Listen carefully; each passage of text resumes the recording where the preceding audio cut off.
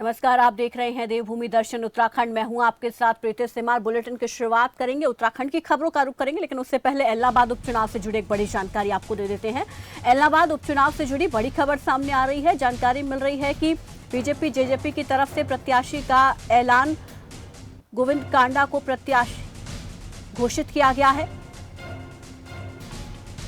आज 11 बजे पर्चा भरेंगे गोविंद कांडा। बड़ी जानकारी आपको दे दे, गोविंद हाल ही में बीजेपी में शामिल हुए और बीजेपी ने उन्हें इलाहाबाद से अपना उम्मीदवार घोषित कर दिया है। तो आज अपना नामांकन दाखिल करेंगे, क्योंकि 8 अक्टूबर तक नामांकन दाखिल किए जा सकते हैं, यानी कि कल आखिरी तारीख है नामांकन दाखिल करने की। ऐसे में आज गोविंद कांडा नामांकन दाखिल करेंगे। इस पर ज्यादा जानकारी के साथ संवाददाता अनिल कुमार हमारे साथ जुड़ गए हैं। अनिल, क्या जानकारी मिल पा रही है? आज नामांकन दाखिल करने वाले हैं बीजेपी प्रत्याशी गोविंद कांडा, ऐसे में उनके साथ कौन कौन मौजूद रहेगा? बिल्कुल, देखिए, आज नामांकन दाखिल करने वाले हैं और इससे पहले लगभग तय माना जा रहा था कि गोविंद कांडा ही उम्मीदवार होंगे। जिस तरीके से उन्होंने प्रभारी जो विनोद तावड़े हैं भाजपा के, उनसे मुलाकात की थी और उसमें प्रदेश अध्यक्ष ओपी धनखड़ मौजूद थे, सांसद जो हैं सिरसा से सुनीता दुग्गल वो मौजूद थी। इन सब गतिविधियों से लगभग तय माना जा रहा था कि गोविंद कांडा को ही बीजेपी वहां पर चुनावी मैदान में उतारने वाली है। अब क्योंकि घोषणा कर दी गई है नाम की, गोविंद कांडा उम्मीदवार होंगे बीजेपी के और जेजेपी की तरफ से भी समर्थन जो है उपचुनाव में उन्हें रहेगा। आज नामांकन भर सकते हैं, ये जानकारी जो है वो मिल रही है। गोविंद कांडा करीब 12 बजे जो है नामांकन भरेंगे और बीजेपी के प्रदेश अध्यक्ष ओपी धनखड़ मौजूद रहेंगे, पहुंचेंगे इलाहाबाद। और इसके अलावा जो प्रभारी नियुक्त किए गए हैं इलाहाबाद उपचुनाव को लेकर, पूर्व प्रदेश अध्यक्ष बीजेपी हरियाणा के सुभाष बराला वो भी मौजूद रहेंगे। इसके अलावा सिरसा से जो सांसद हैं सुनीता दुग्गल वो मौजूद रहेंगे। और इसके अलावा इस चुनाव को लेकर जिम्मेदारी सौंपी गई है कई नेताओं को, तो वो नेता भी नामांकन के दौरान मौजूद रहेंगे। जी। और क्या केवल सीधा नामांकन दाखिल कर दिया जाएगा या उससे पहले कोई कार्यक्रम होने वाला है? देखिए, ये माना जा रहा है कि तारा बाबा आश्रम जो है वो जा सकते हैं नामांकन भरने से पहले। वहां पर आशीर्वाद लेने के बाद जो है गोविंद कांडा फिर सीधा नामांकन के लिए निकलेंगे। और नामांकन सादे तौर पर होगा, क्योंकि कोरोना के चलते चुनाव आयोग की तरफ से जो नियम रखे गए उसमें बेहद सादे तौर पर जो है नामांकन अब किया जा सकता है। सीमित लोगों की अनुमति रहती है नामांकन के दौरान, तो क्योंकि सीमित रहेगा सारा कार्यक्रम जो है, तो प्रदेश अध्यक्ष समेत जो बीजेपी के बड़े नेता हैं वो वहां मौजूद रहेंगे। जी, शुक्रिया। नजर बनाए रखिए, आगे अपडेट इस पर आपसे लेते रहेंगे। तो आज बीजेपी प्रत्याशी गोविंद कांडा अपना नामांकन दाखिल करेंगे। 11 बजे पर्चा भरेंगे गोविंद कांडा और इस दौरान कई बड़े मंत्री उनके साथ मौजूद रहेंगे। बीजेपी प्रदेश अध्यक्ष, सिरसा से सांसद सुनीता दुग्गल और इसके अलावा जिनको प्रभारी बनाया गया है इस चुनाव को लेकर सुभाष बराला, वो मौजूद रहेंगे। तो यहाँ पर 11 बजे आज बीजेपी प्रत्याशी नामांकन अपना दाखिल करेंगे। बीजेपी जेजेपी प्रत्याशी गोविंद कांडा अपना नामांकन आज दाखिल करने वाले हैं।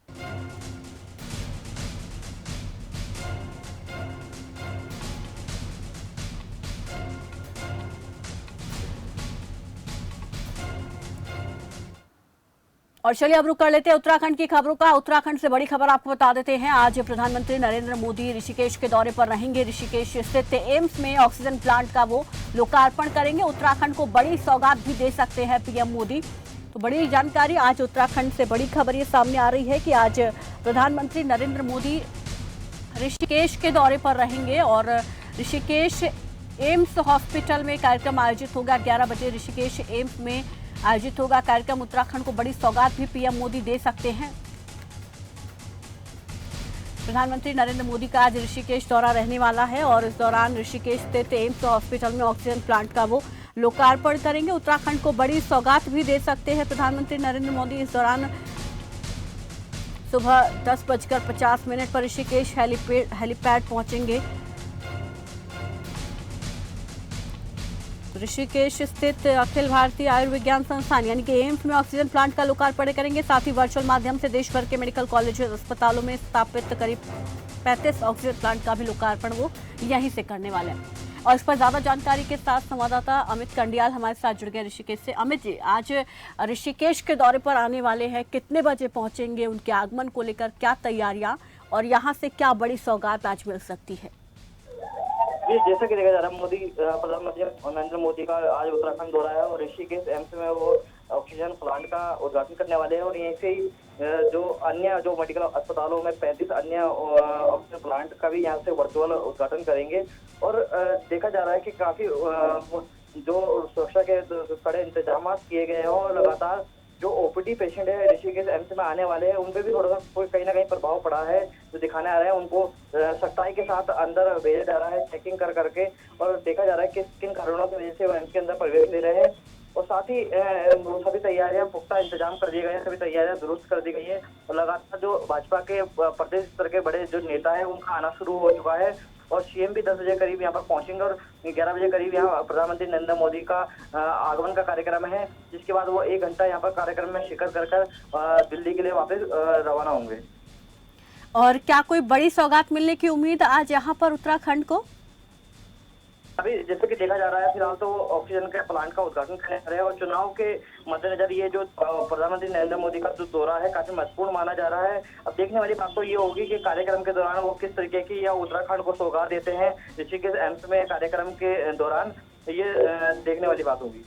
और जब प्रधानमंत्री पहुंचेंगे तो यहाँ पर सीएम के अलावा और कौन कौन मौजूद रहेगा उनको रिसीव करने के लिए?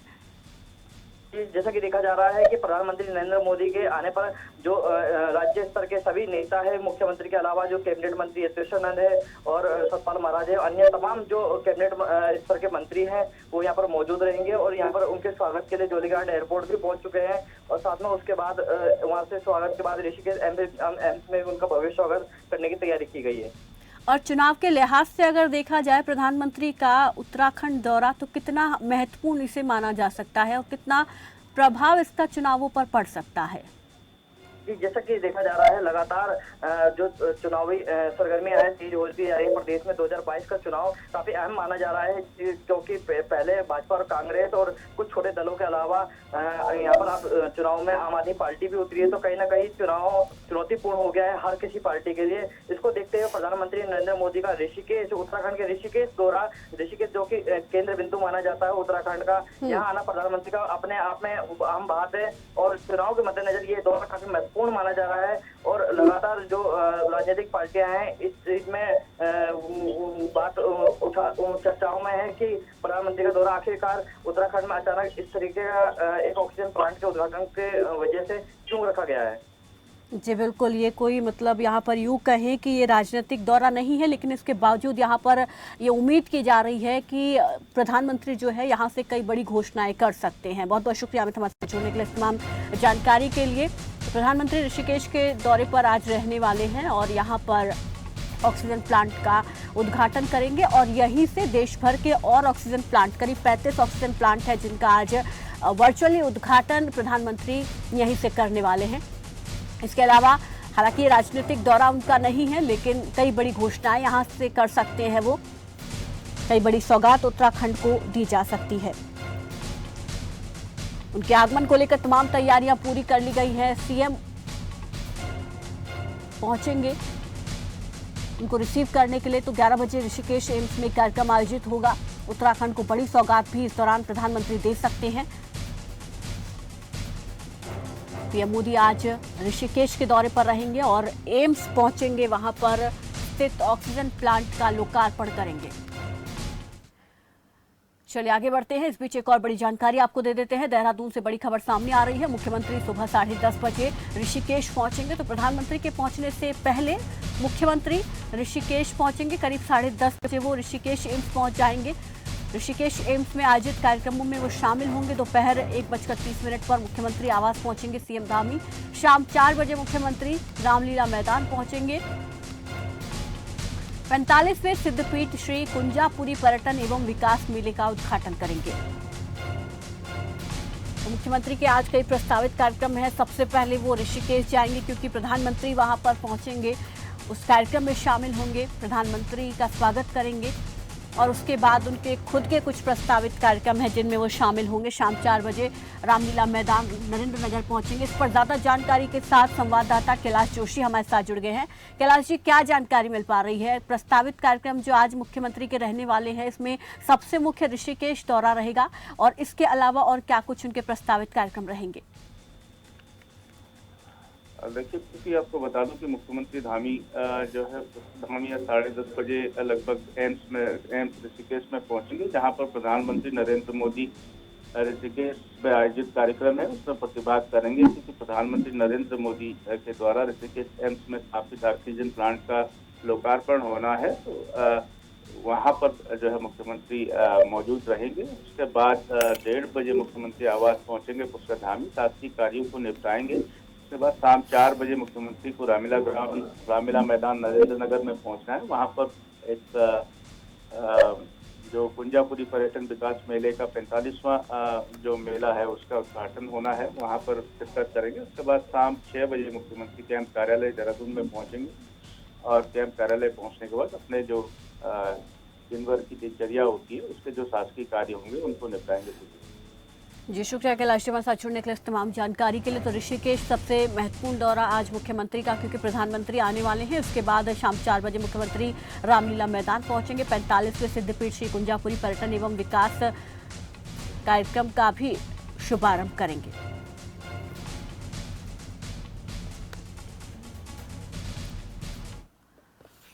फिलहाल यहाँ रुक रहे एक छोटे से ब्रेक के लिए, फौरन लौटेंगे।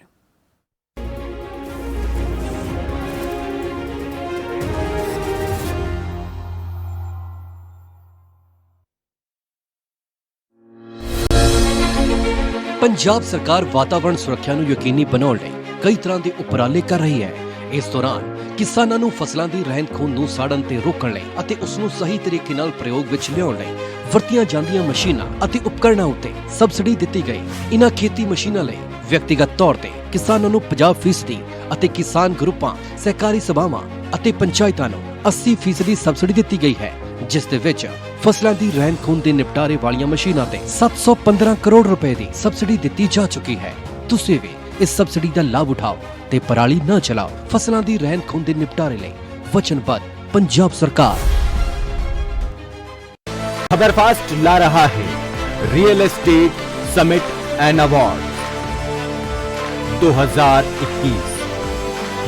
देखिए शनिवार 16 अक्टूबर शाम 5:30 बजे से।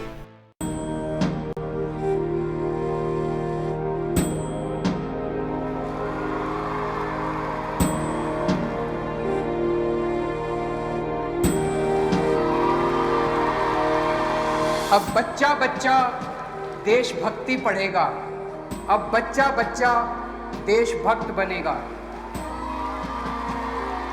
दिल्ली के स्कूलों में हमने देशभक्ति पाठ्यक्रम पढ़ाना शुरू किया है। जब हर बच्चा भारत माँ का वीर सपूत बनेगा, तभी बनेगा भगत सिंह के सपनों का भारत, तभी बनेगा बाबा साहब के सपनों का भारत।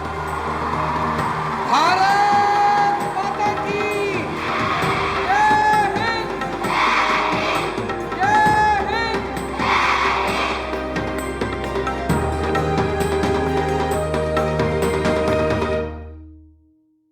अब बेधड़क उठेगा हर मुद्दा, उठाई जाएगी आपकी आवाज।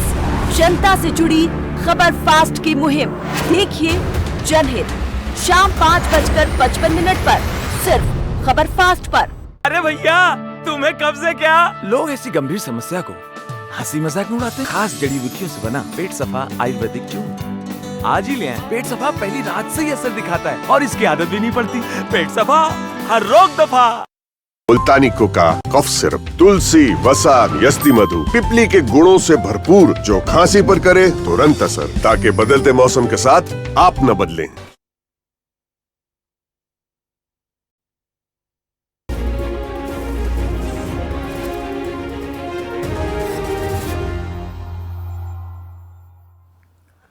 ब्रेक के बाद स्वागत है आपका। चले खबरों में आगे बढ़ते हैं। शारदीय नवरात्रों की आज से देश भर में शुरुआत हो चुकी है। उसके साथ ही मंदिरों में सुबह से ही भक्तों का तांता लगा हुआ है। हालांकि इस साल नवरात्रि महज 8 दिन तक ही रहेंगे, जो कि 7 अक्टूबर से शुरू होकर 14 अक्टूबर को खत्म हो जाएंगे। फिलहाल नवरात्रों के पहले दिन उत्तराखंड समेत पूरे देश भर में इसकी धूम देखने को मिल रही है। बता दें कि कोरोना महामारी की रफ्तार कम होने के बाद इस बार मंदिरों में श्रद्धालुओं की संख्या पर प्रतिबंध नहीं है, लेकिन कोरोना गाइडलाइन का पालन जरूर करना होगा।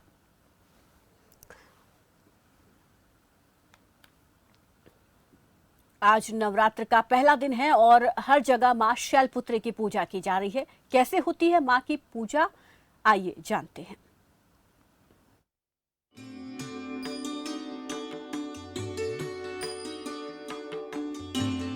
आज से नवरात्र शुरू है।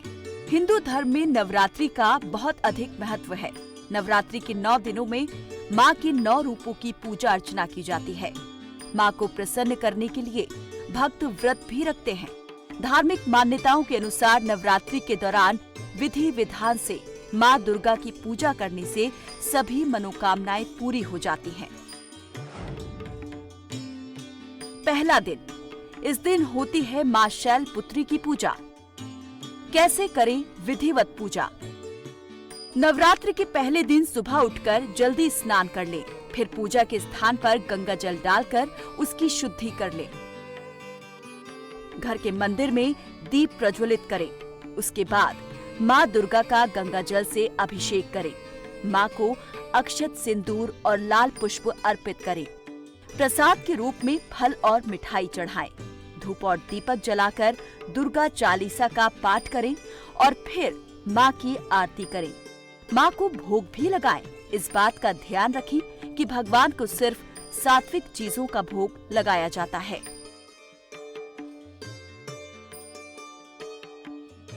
शुभ मुहूर्त में घट स्थापना और कलश स्थापना करने के बाद माता शैलपुत्री के रूप का ध्यान करें। फिर शैलपुत्री माता के व्रत का संकल्प लें।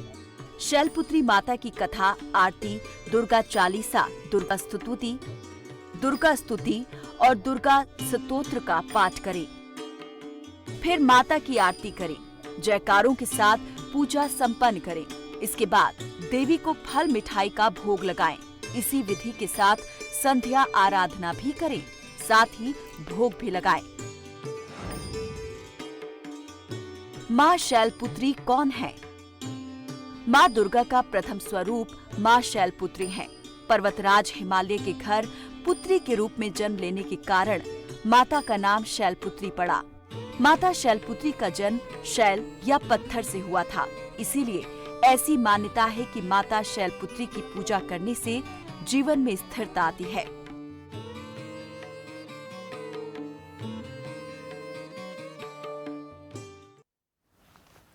तो आज से शारदीय नवरात्रों की देश भर में शुरुआत हो चुकी है, जो कि 14 अक्टूबर तक चलेंगे। आज पहला नवरात्रा है और पहले दिन मां शैलपुत्री की पूजा होती है, जो कि मां दुर्गा का पहला स्वरूप माना जाता है। मंदिरों में सुबह से ही भक्तों की भीड़ देखी जा रही है। हालांकि कोरोना काल है, मंदिरों में श्रद्धालुओं की संख्या पर प्रतिबंध नहीं है, लेकिन कोरोना नियमों का कितना पालन हो रहा है, इसकी जानकारी हम लेंगे। लक्सर से संवाददाता गोविंद चौधरी हमारे साथ जुड़ गए हैं। गोविंद, आज नवरात्र शुरू हो चुके हैं, आज पहला नवरात्रा है, मंदिर सज चुके हैं। हालांकि प्रतिबंध नहीं है अब श्रद्धालुओं की संख्या पे, लेकिन कोरोना नियमों का पालन करना बहुत जरूरी है। तो क्या देख पा रहे तस्वीर आप पहले दिन नवरात्रों की? कितना उत्साह है आज श्रद्धालुओं में और कितना कोरोना नियमों का पालन करते हुए दिखाई दे रहे हैं? बिल्कुल प्रीति, आपको बताना चाहूंगा, शारदीय नवरात्रों की आज से शुरुआत हो चुकी है। मंदिरों में श्रद्धालुओं की काफी धूम मची हुई है। दुल्हन की तरह सभी मंदिर और शिवालय पूरी तरह से सजाए गए हैं। लेकिन जिस तरह से 2 साल के बाद जो कोरोना पे जो हालांकि कोरोना गाइडलाइन का पूरी तरह से पालन यहाँ कराया जा रहा है, लेकिन 2 साल के बाद जिस तरह से मंदिर खुले हैं, पूजा अर्चना शुरू हुई है, सुबह से ही मंदिरों में श्रद्धालुओं का जो तांता लगा, तो देखा जा सकता है प्रीति की खासकर जो है श्रद्धालुओं में एक उत्साह है कि काफी लंबे समय के बाद जो है मंदिरों में पूजा अर्चना करने की एक अनुमति मिली है। हालांकि जो श्रद्धालु हैं मंदिर में किसी तरह से जो संख्या का यहाँ प्रतिबंध नहीं है, लेकिन फिर भी जो है एहतियात के तौर पर लोग जो सैनिटाइजर, मास्क और जो मंदिर समिति है वो भी पूरी तरह से खासकर पालन कर रही है। आपको बता दूं प्रीति, अश्विन मास के शुक्ल पक्ष की पहली तिथि से शारदीय नवरात्रों की जो शुरुआत होती है, इसमें पूरे 9 दिन तक मां दुर्गा दिव्या रूप की उपासना की जाती है। हालांकि इस साल नवरात्र महज 8 दिनों के लिए रहेंगे, जो 7 अक्टूबर से 14 अक्टूबर के समाप्त हो जाएंगे।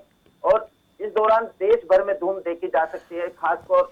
खास तौर पर जो है पूरे देश भर में यहाँ पर मंदिरों को बिल्कुल, सजाया आज गया है। नवरात्रों जिससे की रौनक पूरे है। देश में धूम दिखाई दे रही है। लोगों में काफी ज्यादा उत्साह है। मां दुर्गा की पूजा की जा रही है और आज शैलपुत्री स्वरूप की पूजा की जा रही है। शुक्रिया गोविंद हमारे साथ जुड़ने के लिए, इस तमाम जानकारी के लिए। तो मंदिरों में भक्तों की भीड़ सुबह से ही देखने को मिल रही है।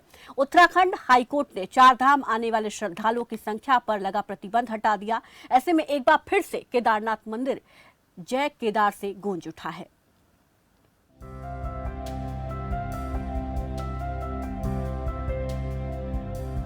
दिल में सागर की गहराइयों तक उतर जाने वाले प्राकृतिक मंदिर की सुंदरता दिमाग की जटिलताओं को शांत कर दे।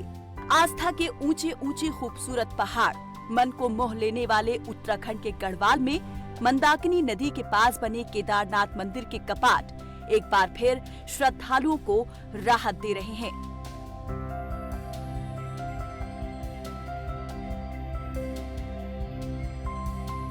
जी हाँ, उत्तराखंड हाईकोर्ट ने 4 धाम आने वाले श्रद्धालुओं की संख्या पर लगा प्रतिबंध हटा दिया है। हालांकि कोविड प्रोटोकॉल का पालन करना अनिवार्य होगा। इसके साथ ही देवस्थानम बोर्ड ने भी 4 धाम आने वाले श्रद्धालुओं को राहत दी है। अब श्रद्धालुओं को 4 धाम की यात्रा करने के लिए देवस्थानम बोर्ड की वेबसाइट पर पंजीकरण नहीं कराना पड़ेगा। एसओपी में स्पष्ट है कि कोविड प्रोटोकॉल्स का ही पालन अब किया जाना है, तो उसमें या तो आपका डबल डोज का वैक्सीनेशन या फिर नेगेटिव आरटी-पीसीआर रिपोर्ट की व्यवस्था है।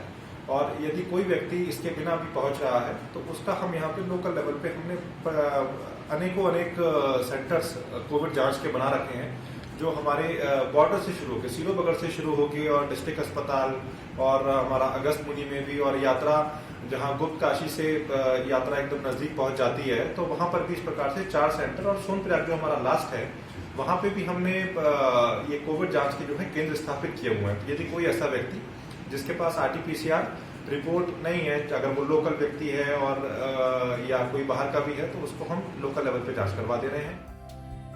केदारनाथ यात्रा पर आने वाले तीर्थ यात्रियों की संख्या में लगातार वृद्धि हो रही है। कोरोना की वजह से लंबे समय से बंद केदारनाथ एक बार फिर गुलजार हो गया है, जिसके बाद केदार घाटी के लोगों में खुशी की लहर है। ओम नमः शिवाय, जय श्री केदारनाथ। केदारनाथ से तीर्थ पुरोहित आचार्य संतोष त्रिवेदी। इस साल की जो 4 धाम यात्रा कोल्ड द्वारा खोल दी गई थी, एक सीमित संख्या में खोली हुई थी, लेकिन कल ही कोल्ड ने जो है असीमित संख्या के लिए 4 धाम यात्रा की इजाजत दे दी है। और जो 2 साल से कोरोना काल में गर्भगृह में दर्शन पूजन बंद था, वो एक आम श्रद्धालु के लिए, आम दर्शनार्थी के लिए आज से वो भी गर्भगृह में दर्शन कर सकते हैं, खोल दिए गए हैं। मैं इसी उपलक्ष्य में देश एवं प्रदेश वासियों को, 4 धाम यात्रा करने वालों को ढेर सारी शुभकामनाएं। केदारनाथ यात्रा 18 सितंबर से शुरू हुई थी। सुबह और शाम के समय लेजर लाइट केदारनाथ मंदिर की भव्यता को बढ़ा रही है। एक बार फिर मंदिर भोले के जयकारों से गूंज उठा है। मंदिर अनेक प्रकार की लेजर लाइटों से जगमगा रहा है, जिससे मंदिर की भव्यता देखते ही बन रही है। देवस्थानम बोर्ड की बात की है तो यहाँ के भी जो है, यहाँ के पुरोहित है वो भी बहुत नाराज है, और कहीं ना कहीं उन्होंने साफ जाहिर किया है अगर वार्ता के बाद भी अगर उनकी बात नहीं मानी जाए तो कहीं ना कहीं बीजेपी सरकार और साथ ही साथ नरेंद्र मोदी का बहिष्कार किया जाएगा। कैमरा पर्सन अभिषेक के साथ मैं शुभम, खबर फास्ट केदार।